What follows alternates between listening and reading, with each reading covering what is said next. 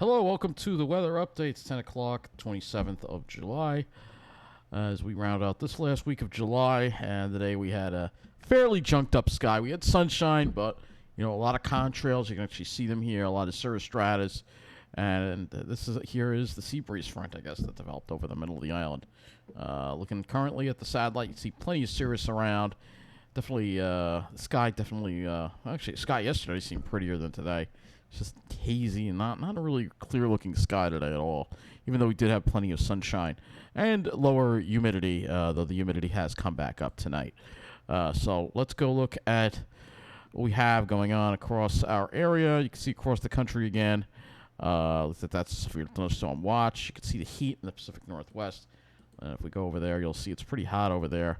Look at that, 104 there. So now it's their turn for the heat. 104 in Wenatchee and even down by the water, like in Seattle, or 91, it looks like. So pretty hot over there in these. Actually, Seattle might be up here. It looks like maybe they do have a bit of a sea breeze over here. They do, but it doesn't get that far inland because of the mountains. So inland, it's just baking. But anyway, let's get over to our weather here. That's where the worst the heat is right now. They're dealing with the heat. We have a little bit of a break from the heat.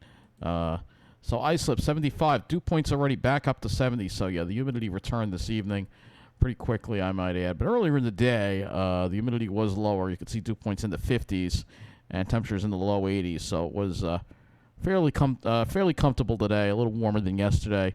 But then what happened as we got toward the afternoon and the evening, the dew points really started coming up, and now dew points are already close to 70 again. Yeah, the air mass is changing. We're getting back into that humidity again, unfortunately. And that means it's going to be more uncomfortable. You can feel it tonight already. So let's go look at our highs for the day. And highs generally in the mid-80s, I think. Yeah, 84 for a high at islip. So generally mid-80s, 84 at islip, 86 at LaGuardia. So generally mid-80s across the area, except, out east maybe where it was in the low 80s. And then if you're in Jersey, significantly hotter there in Toms River. Looks like it was in the upper 80s over there. So, yeah, it was hotter over there. No surprise.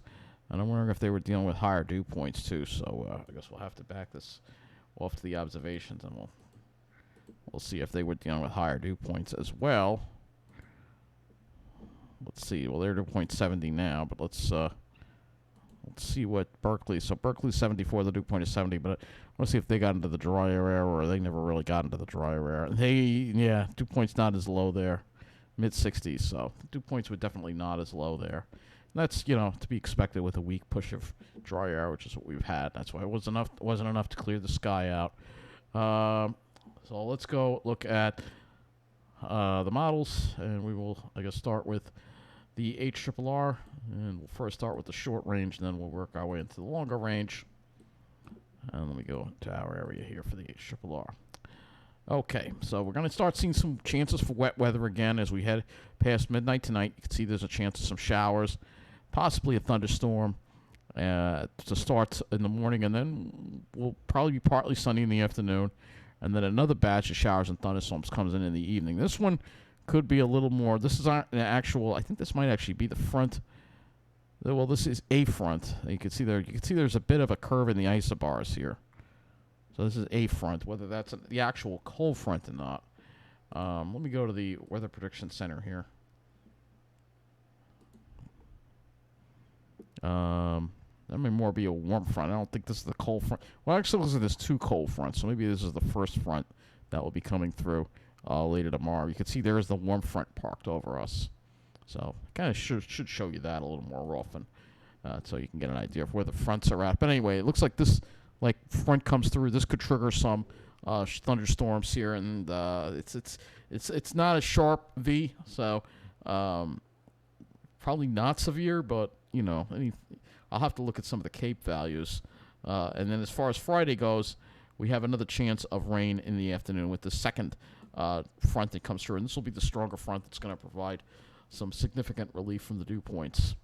So let's look at the dew points and wind flow now. And you can see that humidity is up tonight, and it will be up tomorrow. Southerly winds, and then actually becoming a little southeasterly almost in the afternoon. So it should be a decent sea breeze over Long Island. It looks like you can see more of a westerly flow over New Jersey, but it does seem to have a decent sea breeze on Long Island. And then as we get toward the evening, the sea breeze kind of dies behind that line of storms, shifts the winds over to the west, and that actually brings in slightly drier air for Friday. You can see the dew points are a little lower there, and we'll definitely see a little bit of a dip in the humidity on Friday. But it won't be until the weekend, which is, I have to shift over to the GFS now to show you this. It won't be until the weekend that we really start seeing some relief here from the dew points, and then they'll really come down, and it's going to be nice, low humidity as we get toward the weekend, so it will be nice. All right, let me move this back to the HRRR now.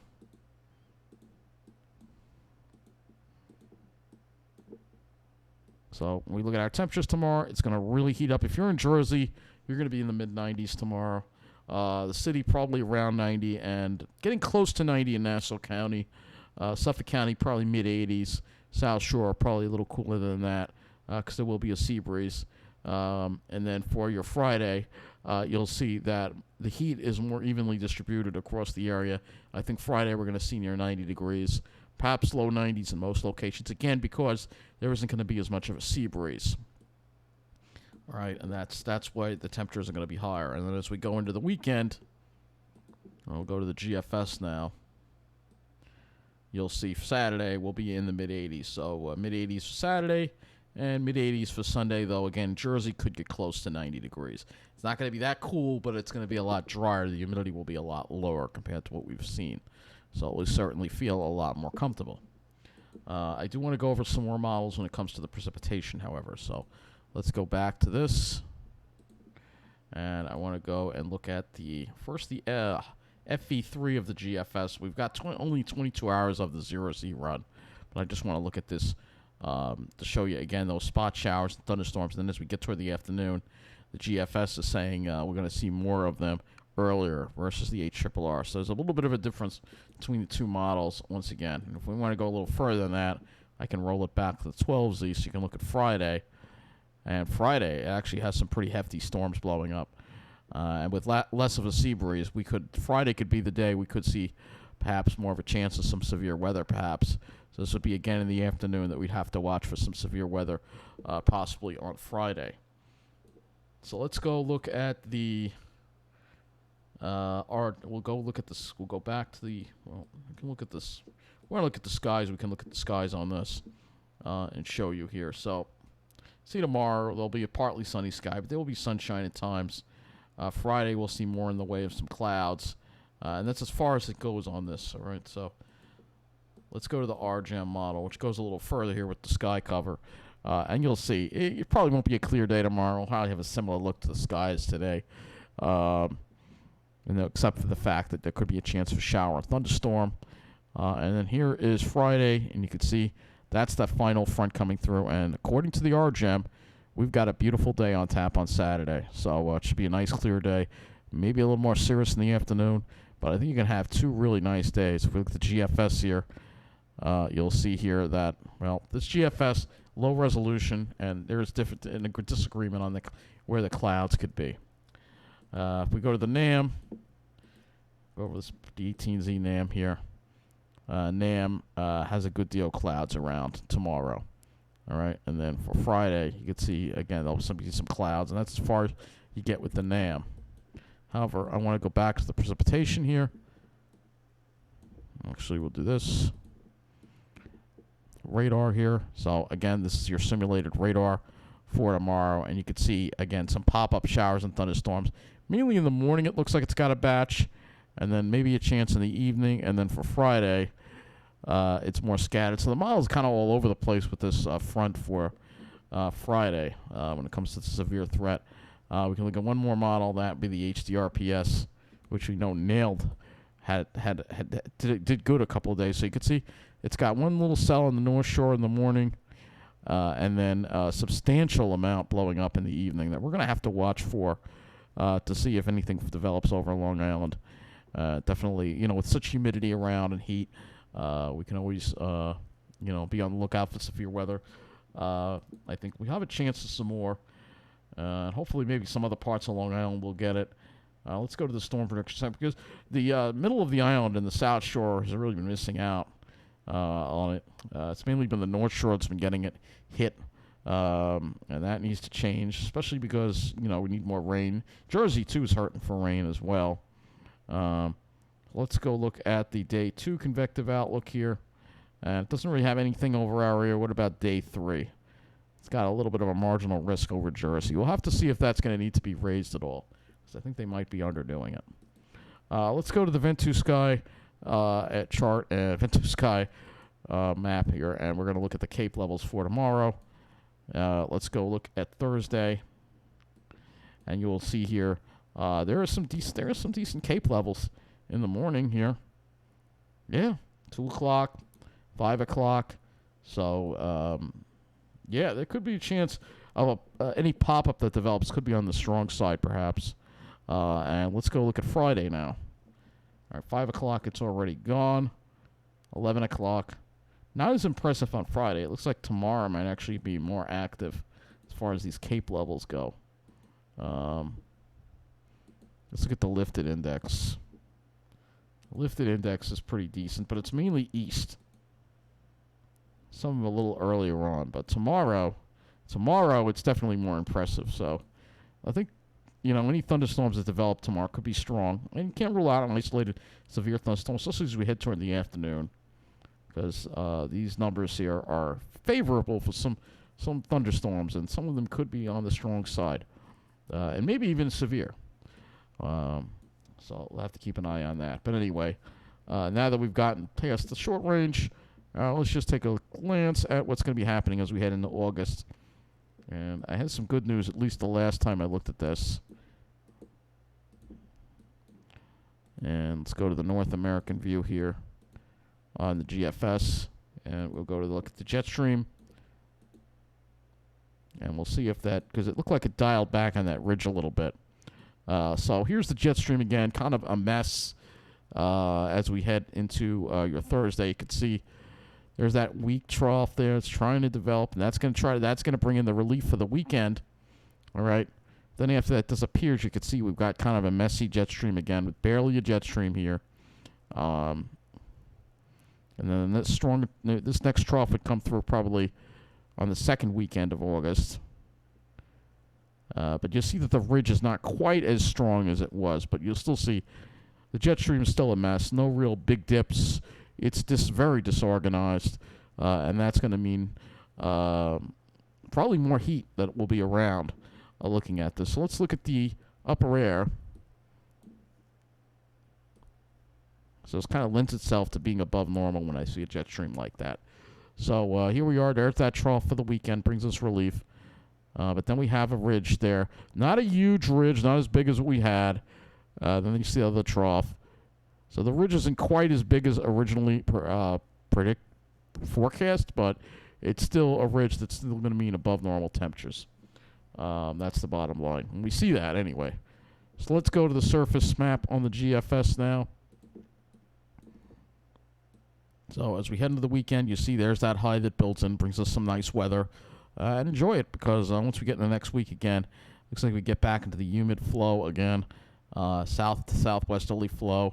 Maybe we try to get a front through on the following weekend. You can see the way all these highs slide by. That's a sign of a weak jet stream. When I was younger, when we had a normal weather pattern, you have a high build down through the center of the country, slide down to Ohio. They wouldn't slide into the north like this. That's because the jet stream is out of whack. And that's all, again, due to the climate change going on. And that, again, I don't want to get into the rant. I can easily rant on it. Let's go look at our temperature anomaly chart. All right, so your temperature anomaly chart here. Here we go for your day tomorrow. You'll see we'll be above normal. Friday above normal. But you can see, though, to our west, that below normal air. And that's what's going to work in. That's what's going to work in and moderate our weekend. However, you can see that at the coast, we're just around normal. We're not going to, and we're still a little bit above normal. And again, because it's, you don't have that jet stream pushing the front through that far enough south. And then by Sunday, we start creeping back above normal again. You can see the below normal temperatures over there. That's probably where there's going to be some rain. And then for Monday, boom, we're back above normal again. Tuesday, a little bit below, but we're back above normal. You can see Wednesday. Look at that. And Thursday could be a brutal day. Friday, you could see some real heat. And then we try to get a front through it to moderate the weekend. And maybe the second weekend would actually wind up being below normal of August there. So there is relief. But it looks like we got a couple of brutal days in there in the mix. That's for sure. So if you want to take a closer look, let's go and look at the temperatures. Actually, I want to keep the U.S. view. Let's keep the U.S. view. All right. Get an idea here. All right, so let's keep the CONUS view here. So here's tomorrow, just so you can see where the heat tracks, all right? So you can see where the cool air comes in. And then you can see that heat start building again. There it is. And look at that heat in the Midwest. You think we have it bad. Look at the Dakotas. I mean, that's crazy. Hundreds in Dakotas. That's insane. So the Midwest is going to be dealing with the worst of the heat. But you can see it kind of works its way east as we get toward the later part of next week. And then and then we start seeing a little bit of a break. And it's mainly the Midwest that's dealing with the worst of it. And that is insane right there. So the ridge, the center of this ridge seems to be more of the center of the country. And again, but even we have the tendency of the cooler air over eastern Canada to try to work its way down and bring us relief on the northeast. So we go into the northeast and we look, which is what we'll do, looking at next week. You'll see that things will be heating up. All right. So again, the next week, there's next Wednesday. So a week from now, we're going to be dealing with some bad heat, it looks like. So it could be another heat wave right there again, and it could be pretty brutal. There's Friday, and then it drops as we get towards Saturday and Sunday.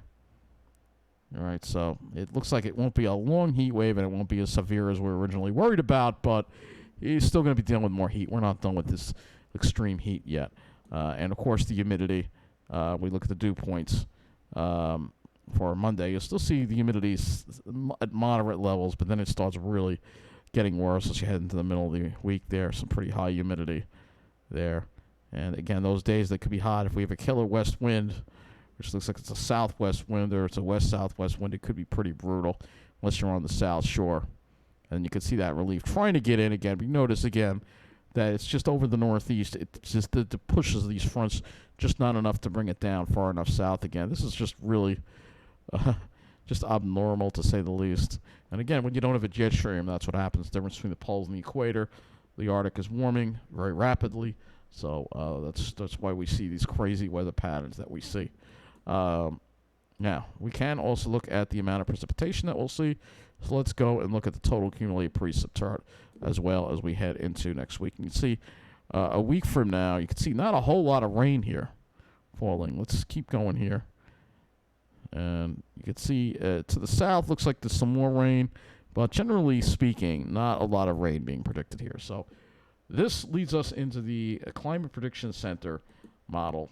So let's go and look at the Climate Prediction Center models, or should I say the Climate Prediction Center Outlook, but they base it. And you can see it kind of looks at, what we just looked at here. So the core of, look at the upper Midwest, and it still has this well above normal too, by the way. So much of the country is, only the West is below normal. 8 to 14 day continues that trend. And we're also below normal with precipitation and above normal in the east side of the Rockies, all right? For rainfall. But other than that, yeah, it's just going to be more above normal. But again, good thing you're not in the upper Midwest, because that's where they're going to be really dealing with some crazy departures from normal over there. But it's a huge mess. It really is. And the last thing we'll look at here, which we'll see if they have an update on the state of the ice. Probably not, but let's see. They're redesigning it on Thursday. All right, so this will be this is gonna be the last time you're gonna see a look at this. So, midsummer's night sea ice continued its summer decline. Extent is below average, but not as low as in recent summers. In the Antarctic, sea ice extent is current at record low levels. So the Antarctic is really doing badly. And our chart here again, we're not at record lows, but you can see it's pretty low. We're below normal on the sea ice. And that continues to mess up the jet stream. And that's why you see these crazy patterns that you're seeing. I guess we'll just look at one more thing, and that's the sea surface temperatures, because that also has something to do with the effect of the sea breeze as well. So, as well as the air quality, because I think the air quality has been bad as well. So, let's just do the sea surface temperatures here. Go to our marine. Go to the marine part of this site, and we'll get the summary here, which is what I have to do because a lot of times they don't get reported. So sea surface temperature still in the mid-70s, generally speaking, which is a little bit above normal, again, for this time of the year, which is also, makes the sea breeze not as effective as it could be. That's also, again, above normal. That's not a good sign as well. And last but not least, we'll look at the air quality, because the air quality just did not seem great today. Even though the dew points were low, it seemed like there was a lot of haze in the air, not ocean.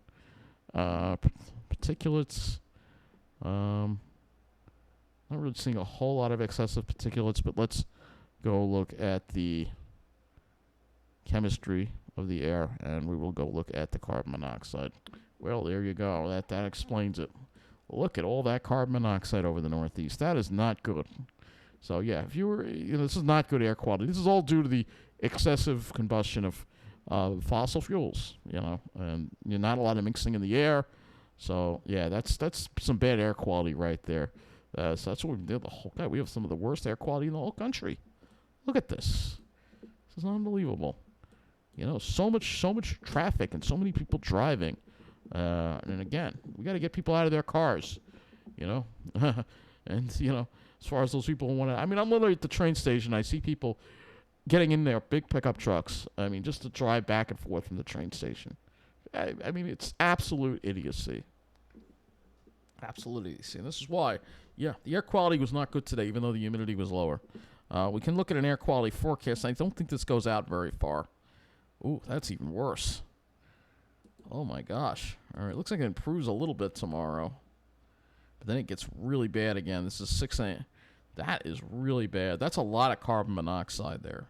That's not good to breathe in. I don't know why I'm not feeling well. That explains it. So as we get to the weekend, it looks like it improves. Yeah, it improves. But, yeah, just really bad air quality in our area. What can I tell you? The air quality continues to get worse as people continue to pile onto the roads and it's not good. It's not good at all. But anyway, I think that's going to wrap up the weather update here. So a lot going on here. And again, just bad air quality in the Northeast today. And this is NO2. This is nitrogen dioxide, by the way. So, yeah. I have to move this back, though, if I want the current. But we can move that back, and you can see it's high. It's high. So, yeah, a lot of this, they don't tell you this in the regular weather updates. They don't want to talk about how bad the pollution is here. It's like we're becoming the California of the East Coast with the crime as well as with the air pollution. It's unbelievable. It really is. Let's just take a look at the MODIS satellite, and you can see there's still wildfire here. Wildfire smoke going in Western Canada here. So we still have to worry about that. Smoke from wildfires here. Still have the wildfires going in California as well.